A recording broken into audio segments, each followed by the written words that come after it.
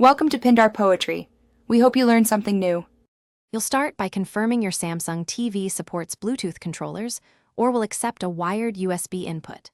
Turn the TV on and open Settings right arrow General right arrow External Device Manager to enable Bluetooth or USB input mode. Make sure the Xbox controller has at least 50% charge or is connected via a USB-C cable so it won't drop mid-pairing. Press and release the Xbox button to power it on. Then get ready to press and hold the small pair button on the controller's top edge. Once done, put the controller into discoverable mode by holding the pair button until the Xbox logo flashes quickly. This tells you it's searching. On your Samsung TV, go to Settings right arrow Connection or General right arrow External Device Manager and open Bluetooth device list. The controller should appear as Xbox Wireless Controller. Select it and wait for the TV to confirm pairing. Make sure to allow any prompts.